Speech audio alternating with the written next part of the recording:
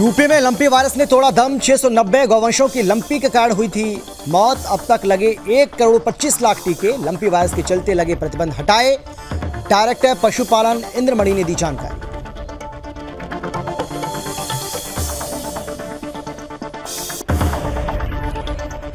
बाहुबली नेता अतीक पर चला योगी सरकार का चाबुक। सरकार ने कुर्क की 1 अरब 23 करोड़ की जमीन। अन्य संपत्तियों पर सरकार की नजर। अतीक अभी जेल में। प्रयागराज पुलिस ने की कार्रवाई।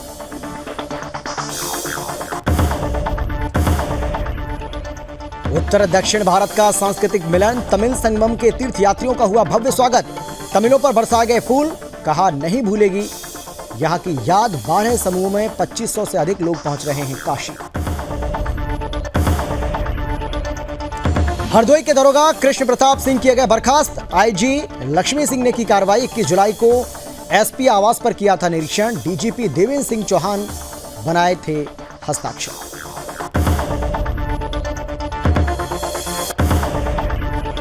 और जौनपुर में बीजेपी अनुसूचित जाति मोर्चा का संपर्क अभियान। निकाय चुनावों के लिए बीजेपी तेज कर रही है जनसंपर्क। बस्ती संपर्क अभियान अंतिम चरण में। पीएम के जन कल्याणकारी योजनाओं से जनता लाभान्वित।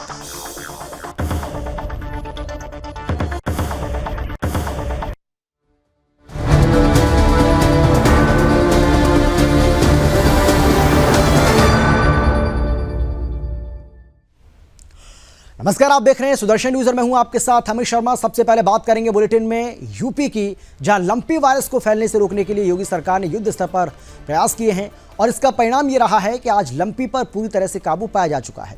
लंपी के चलते लगे सभी प्रतिबंध अब हटा लिए गए हैं, उनको समाप्त कर दिया गया है। लंपी वायरस से गौवंश को बचाने के लिए प्रदेश भर में युद्ध स्तर पर टीकाकरण अभियान चलाया जा रहा है।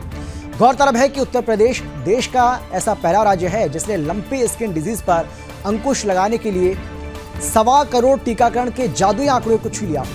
वहीं प्रदेश में रोजाना 4 लाख टीकाकरण का लक्ष्य रखा गया। मुख्यमंत्री योगी आदित्यनाथ के निर्देश के अनुसार प्रदेश में 1 करोड़ 50 लाख पशुओं का टीकाकरण करने का लक्ष्य रखा गया है।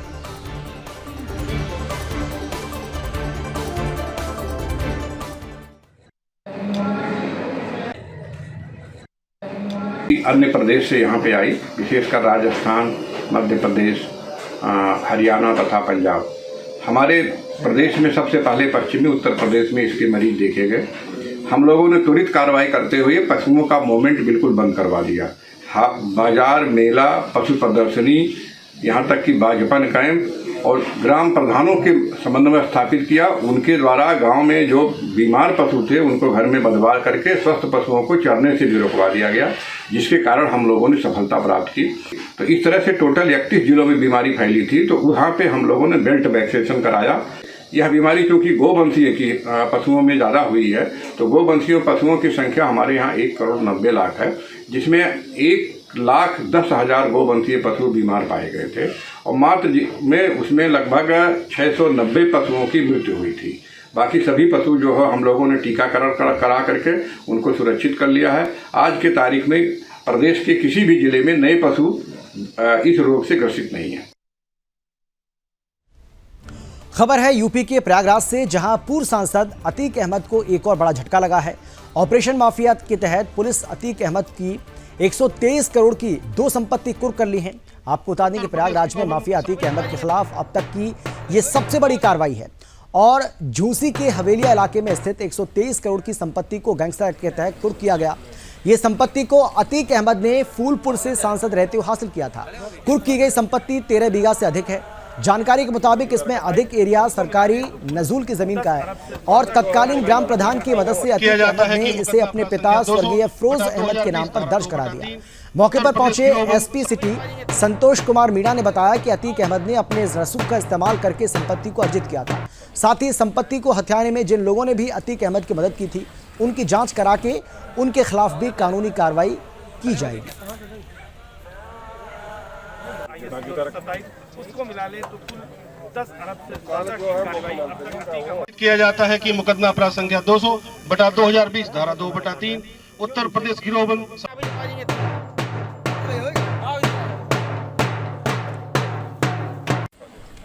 ये अतीक अहमद के खिलाफ गैंगस्टर एक्ट के तहत जो कि धूमनगंज थाना में लिखा गया था, उसी में ये कार्रवाई की जा रही है। और यहाँ पर टोटल जो जमीन का एरिया है वो 13 बीघा का है, जिसकी अनुमानित कीमत 123 करोड़ 1 अरब 23 करोड़ जिसको बोल सकते हैं बताई जा रही है। और अतीक अहमद के द्वारा अपराध से अर्जित धन से ये संपत्ति अपने परिवारजनों के नाम की गई थी, उसी को आइडेंटिफाई किया गया और डीएम साहब के आदेश के बाद पूर्ण किया जा रहा है। सबसे बड़ी कार्रवाई अब तक की गई प्रयागराज में? हाँ, प्रयागराज में अभी तक की जितनी भी कुर्की की कार्रवाई हुई है, एक दिन में एक साथ ये सबसे बड़ी कार्रवाई है। अभी तक की जो 123 करोड़ की है वो सबसे बड़ी कार्रवाई। आगे भी ऐसी कार्रवाई होती रहे, चिन्हित की जाएगी कि भी प्रयागराज में ऐसे और भी प्रॉपर्टीज और भी हैं जो अवैध कब्जे इस तरह की और भी जितनी भी प्रॉपर्टीज होंगी उनको लगातार आइडेंटिफाई किया जा रहा है और इस तरह कुर्क किया जाएगा। बनारस में चल रहे काशी तमिल संगम में शामिल होने के लिए 216 यात्रियों का जत्था बुधवार की देर शाम पंडित दीनदयाल उपाध्याय जंक्शन पर पहुंचा। यहां तमिल यात्रियों का भव्य स्वागत किया गया। रेलवे जिला प्रशासन के अधिकारियों ने तमिलों पर फूल बरसाए और भव्य स्वागत किया गया। रेड कारपेट पर चलते हुए तमिलों ने कहा कि ऐसा स्वागत कभी नहीं हुआ था और जब आगाज इतना सुंदर है तो अंजाम का अंदाजा भी मुश्किल है। दरअसल शिक्षा विभाग की ओर से बनारस में 19 नवंबर से काशी तमिल संगम की शुरुआत हुई है। प्रधानमंत्री नरेंद्र मोदी ने संगम का उद्घाटन किया था। इसमें तमिलनाडु के रामेश्वर, कोयम्बटूर, चेन्नई से 12 समूह में 2500 से अधिक लोगों काशी पहुंच चुके हैं और अभी भी पहुंच रहे हैं। दो संस्कृतियों को करीब लाने के उद्देश्य से आयोजित संगम में रेलवे महत्वपूर्ण भूमिका निभा रहा है। तमिलनाडु से आने वाले लोगों को आने जाने का इंतजाम IRCTC ने किया और इसी क्रम में 216 तमिलों यात्रियों का समूह एक्सप्रेस ट्रेन में लगे विशेष कोच से PDDU जंक्शन पर पहुंचा। वहीं DM ईशा दुहन, SP अंकुर अग्रवाल और DRM राजेश पांडे सहित अधिकारियों की टीम ने तमिलों का भव्य स्वागत किया। वहीं स्काउट गाइड के सदस्यों ने यात्रियों पर फूल भी बरसाए।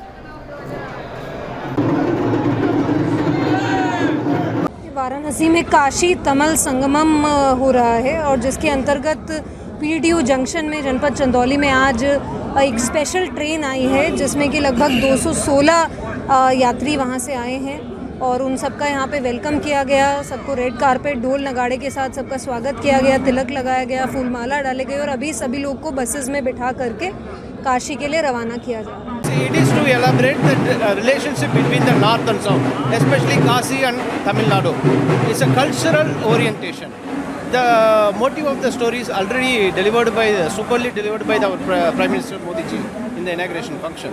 What kind of this delegation is? What do you think? What kind of this delegation is? This delegation is only meant for the cultural orientation and cultural relationship. We had a very past history of cultural relationship. This is a time we have to look past and look forward with this cultural forwardness. खबर है UP के मुरादाबाद से, जहां तहसील बिलारी में सस्ते गल्ले की दुकान पर उप जिलाधिकारी के निर्देश पर सप्लाई इंस्पेक्टर शिखा पांडे ने जांच कराई और शिखा पांडे को डीलर के खिलाफ की गई शिकायत सही पाई गई। जांच में 58 क्विंटल चावल और 31 क्विंटल गेहूं राशन डीलर की दुकान पर कम पाया गया। जानकारी के मुताबिक सिद्धार्थनगर कॉलोनी में सरकारी सस्ते गल्ले की दुकान डीलर प्रेमवती के नाम से है, जिस पर किसी व्यक्ति ने राशन देने में घटतोली का आरोप लगाया और इसकी शिकायत तहसील दिवस में की गई थी।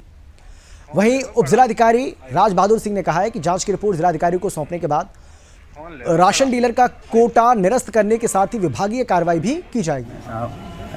अब कौन आया आपके यहाँ जांच के लिए? एजीएम साहब आए थे जांच के लिए। अच्छा,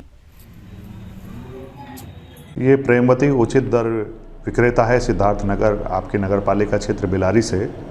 कल इसका भौतिक सत्यापन किया गया तो भौतिक सत्यापन में इसके पास आपका 2 कट्टे गेहूं और चावल 119 कुंटल आपके इसके पास मिला, जबकि इसके पास में IPDS का जो रिपोर्ट के अनुसार जो है हमारी ऑनलाइन में, इसमें 57 कुंटल 57 कुंटल और 30 कुंटल के आसपास चावल, 30 कुंटल के आसपास गेहूं और 57 कुंटल के आसपास चावल इसके पास मिलना चाहिए था। तो इसका जब अब इसकी के विस्तृत रिपोर्ट इनके खिलाफ कार्रवाई करने के लिए, कठोर कार्रवाई करने के लिए डीएम साहब के पास भेजा जा रहा है, क्योंकि इसके पास स्पष्ट रूप से अहमियता मिली है। तो इसके खिलाफ प्रथम सूचना रिपोर्ट और अन्य कार्रवाई प्रस्तावित की जा रही है। इस समय हम मौजूद हैं मुरादाबाद जनपद की तहसील बिलारी में, तहसील बिलारी के आपूर्ति कार्यालय पे, और जहां पर अभी उपजिलाधिकारी बिलारी द्वारा एक बहुत अच्छी कार्रवाई की गई है। जो ऐसे दुकानदार और ऐसे घूसखोर दलाल और जनता का पैसा, जनता का माल खाने वाले दुकानदारों को, राशन विक्रेताओं को सबक सिखाने वाला काम उप जिलाधिकारी बिलारी द्वारा किया गया है। आपूर्ति निरीक्षक बिलारी शिखा पांडे द्वारा दुकान की जांच की गई। शिकायत आई थी कि दुकानदार द्वारा सभी ग्राहकों को सही माल नहीं मिलता, उचित माल नहीं मिलता, उचित दर पे माल नहीं मिलता, माप पूरी नहीं होती है, कभी माल में अदला बदली करके दुकानदार द्वारा माल दिया जाता है। मौके पर पहुंची शिकायत में जांच निरीक्षक आपूर्ति निरीक्षक ने जब जांच करी तो वहां पर माल कम पाया गया। एक दिन समय पूर्व हो जाने के कारण दुकान सील कर दी गई थी। अगले दिन पुनः जब दुकान को चेक करा गया और ईडी मशीन के द्वारा चेक किया गया, वहां पर उस मशीन में उस माल के हिसाब से वो काफ़ी सामान कम मिला है। करीब 30 से 40 कुंटल माल की घपला होने का आशंका पूरी जताई। खबर है यूपी के मोदीनगर से, जहां तिबड़ा ग्राम में चोरों ने यूपी पुलिस के कांस्टेबल के घर पर 40,000 नकदी और लगभग 1 लाख रुपए के जेवर पर हाथ साफ कर दिया। वहीं कांस्टेबल कुलदीप के भाई ने बताया है कि रात के समय में 5 से 6 लोग उनके घर में घुसे और घर में सो रहे लोगों के कमरों के दरवाजों को बाहर से बंद कर दिया। चोरी की घटनाओं को अंजाम देने में जुट गए। तभी घर में सो रही बुजुर्ग महिला की आंख खुल गई और जैसे ही उसने दरवाजा खोलना चाहा तो पता चला कि दरवाजा बाहर से बंद है। बुजुर्ग महिला ने शोर मचाया तो शोर सुनते ही कांस्टेबल कुलदीप का भाई दौड़ते हुए पहुंचा, जिसे देखकर चोर भाग खड़े हुए, नकदी और जेवर चुराकर फरार हो गए। फिलहाल पुलिस ने मामला दर्ज कर लिया है और चोरों की तलाश भी शुरू कर दी है।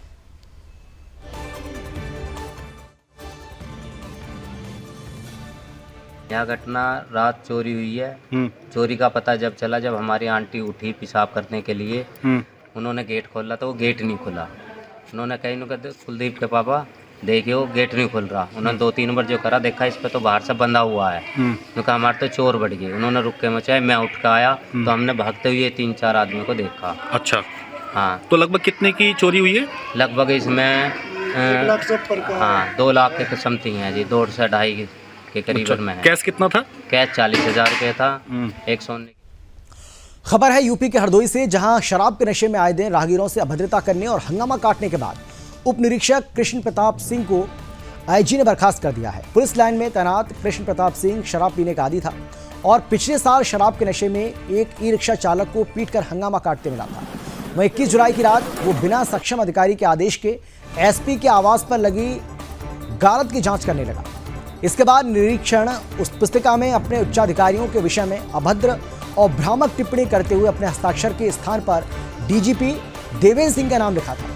इसके बाद डीएम आवास के सामने शराब के नशे में अभद्रता करते मिला था और लगातार पुलिस की छवि खराब करने की शिकायत भी आई थी। वहीं उप निरीक्षक की कार्यशैली में सुधार न होने पर आईजी लक्ष्मी सिंह ने उसे बर्खास्त करने का आदेश जारी कर दिया।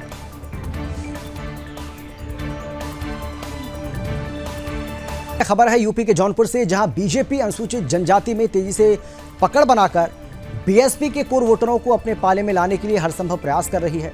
वहीं अनुसूचित जाति मोर्चा के द्वारा पूरे प्रदेश में चलाया जा रहा बस्ती संपर्क अभियान अपने अंतिम चरण में है, जहां लोगों को सरकार की ओर से चलाई जा रही जन कल्याणकारी योजनाओं के प्रति जागरूक किया जा रहा है। क्षेत्रीय अनुसूचित जाति मोर्चा के अध्यक्ष अजीत रावत 500 गाँव में पार्टी गाइडलाइन के अनुसार बस्ती संपर्क अभियान चला रहे हैं और इसी क्रम में जौनपुर विधानसभा में लोगों से मिलकर सरकार की योजनाओं के बारे में बताने के साथ ही उनको जागरूक भी किया, उनके साथ भोज भी किया। 26 नवंबर संविधान दिवस के दिन ये अभियान समाप्त हो जाएगा। जनसंपर्क के दौरान जनता प्रधानमंत्री नरेंद्र मोदी जी के जन कल्याणकारी योजनाओं से लाभान्वित और खुश नजर आ रहे हैं। शौचालय बनाने का काम किया, लगभग आयुष्मान योजना हो चाहे प्रधानमंत्री। ये पूरे काशी क्षेत्र में अनुसूचित मोर्चे का बस्ती संपर्क अभियान चल रहा है, जो 17 सितंबर माननीय प्रधानमंत्री के जन्मदिन से लेकर 26 नवंबर तक संविधान दिवस तक कार्यक्रम चल रहा है, जो अंतिम चरण में यह कार्यक्रम पहुंच गया है। हम काशी क्षेत्र में अनुसूचित मोर्चे का लगभग 5000 गाँव में जाने का टारगेट है। 5000 गाँवों में जाकर माननीय प्रधानमंत्री की जन उपयोगी जन कल्याणकारी योजनाओं के बारे में जो दलित समाज के लिए उन्होंने कार्य किया है, धरातल पर जो सुविधाएं उनको मिल रही है, घर घर जाकर बताने का काम भारतीय जनता पार्टी अनुसूचित मोर्चा कार्यकर्ता कर रहे हैं और इसका लाभ आने वाले चुनाव।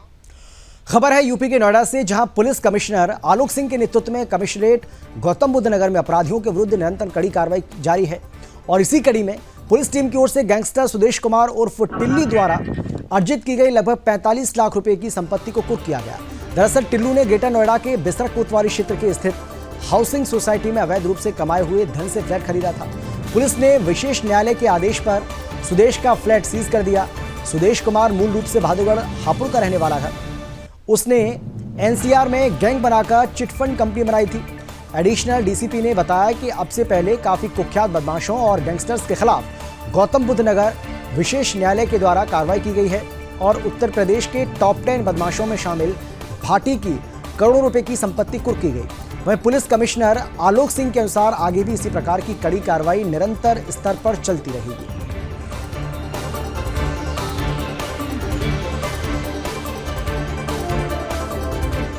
और अब खबर है यूपी के कानपुर से, जहां चौबेपुर पुलिस ने बाइक चोर गैंग का खुलासा कर दिया है। पुलिस ने 4 नाबालिगों सहित एक कबाड़ी को गिरफ्तार किया। आरोपियों के पास से 3 बाइक, 1 स्कूटी और 1 तमंचा बरामद हुआ है। दरअसल मोटरसाइकिल चोरी की घटनाओं को रोकने के लिए लगातार पुलिस टीम और स्वाट टीम गिरोह की तलाश में थी। इस दौरान पुलिस को मुखबिर ने मोटरसाइकिल चोर गिरोह होने की सूचना दी। बताया कि मोटरसाइकिल चोर गिरोह एक और चोरी की घटनाओं को अंजाम देने के लिए निकला है और पुलिस ने घेराबंदी करते हुए 5 आरोपियों को धर दबोचा। वहीं आरोपी नाम का व्हाट्सएप पर ग्रुप बनाकर घटनाओं को अंजाम दिया करता था। फिलहाल पुलिस ने मामला दर्ज कर लिया है और आगे की कार्रवाई जारी है।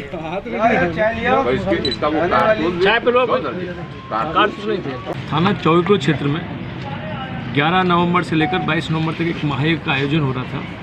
इसी बीच में यहाँ पर एक स्कूटी चोरी हुई थी। स्कूटी चोरी की तहरीर थाना हाजा पर प्राप्त हुई। थाना हाजा पर प्राप्त होने के बाद थाना स्तर से 3 टीमें बनाई गई थी। इन 3 टीमों ने चोरी की घटनाओं पर काम करते हुए धीरे धीरे प्रयास करते हुए टोटल 4 वाहन चोरी के वाहनों को रिकवर किया है और इसमें इस घटना को अंजाम देने वाले अधिकांश बच्चे नाबालिग हैं, जिनमें से थाना हाजा के द्वारा 5 नाबालिग बच्चों को गिरफ्तार किया है। उनको आबकारी जेल भेजा जाएगा एवं एक कबाड़ी है जिसकी भूमिका संदिग्ध थी वाहनों को इधर से उधर करने में, उसको भी गिरफ्तार किया गया है। इस पूरी घटनाक्रम में अभी 3 अभियुक्त वांछित चल रहे हैं, उन्हें खिलाफ नियमानुसार विधिक कार्रवाई की जाएगी। महाराष्ट्र के कल्याण पूर्व के चिंचपाड़ा रोड स्थित टावर में एक तेंदुआ घुसने की सूचना मिली, जिसके चलते तेंदुआ ने उत्पात मचाया और तेंदुआ के हमले से 3 लोग घायल हो गए। इस घटना को लेकर वन विभाग को सूचना दी गई। घटना का वीडियो वायरल हो रहा है। स्थानीय नागरिकों में भय का माहौल बना हुआ है।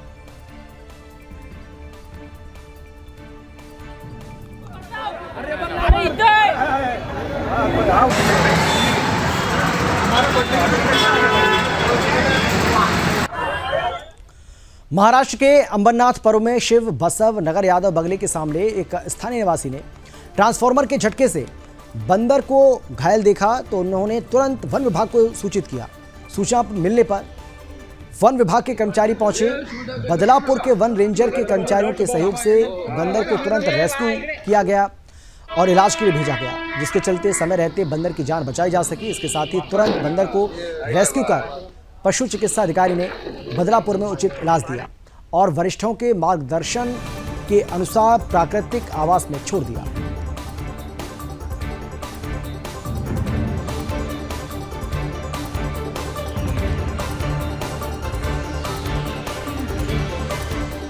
महाराष्ट्र के अंबरनाथ की तस्वीरें आपको हम दिखा रहे हैं, जहां पर किस तरीके से रेस्क्यू कर इस बंदर को बचाया गया। बताया जा रहा है कि ट्रांसफार्मर के झटके से ये बंदर बुरी तरह से घायल हो गया था, जिसके बाद वन विभाग को इस बारे में सूचित किया गया। वन विभाग की टीम तुरंत मौके पर पहुंचती है। उसके बाद इसका रेस्क्यू कर उसको इलाज के लिए भेजा जाता है, जहां पर इस बंदर की जान को बचा लिया गया। बिहार के दरभंगा के ललित नारायण मिथिला यूनिवर्सिटी के प्रोफेसर सह रसायन विज्ञान के विभागाध्यक्ष प्रोफेसर प्रेम मोहन मिश्रा को सर तन से जुदा करने की धमकी मिली है। धमकी पोस्ट के माध्यम से पत्र कर भेजी गई है, यानी कि पत्र के जरिए भेजी गई है और पत्र लिखने वाले ने खुद को आलम परवेज बताया है। आलम परवेज नाम के इस शख्स ने यह धमकी भरा पत्र भेजा है। धमकी भरे इस पत्र में साफ साफ शब्दों में लिखा गया है कि रसायन विज्ञान के विभागाध्यक्ष प्रोफेसर प्रेम मोहन मिश्रा का जिहादी सर तन से जुदा करेगा। ये अल्लाह का आदेश है और ये कभी भी कहीं भी हो सकता है। पूरे पत्र में प्रेम मोहन मिश्रा के अलावा उनके परिवार को भी सर कलम करने की बात कही गई है, उस बात को लिखा गया है। इतना नहीं, पत्र लिखने वाले ने विभाग के ही एक कर्मी शशि शेखर झा को विभाग से हटाने की मांग करते हुए मुस्लिम महिला के साथ गाली गलौज के साथ बात करने का आरोप भी लगाया। इधर पीड़ित प्रोफेसर प्रेम मोहन मिश्रा ने खुद बताया है कि कैसे उन्हें पत्र मिला और किसी अनहोनी की आशंका व्यक्त करते हुए कहा कि पत्र लिखने और शब्दों को देखने से पता चलता है कि मामला बहुत गंभीर है। ऐसे में उन्हें पूरे मामले की शिकायत पुलिस से कर चुके हैं। उन्होंने पुलिस प्रशासन से अपने और अपने परिवार की सुरक्षा की गुहार भी लगाई है।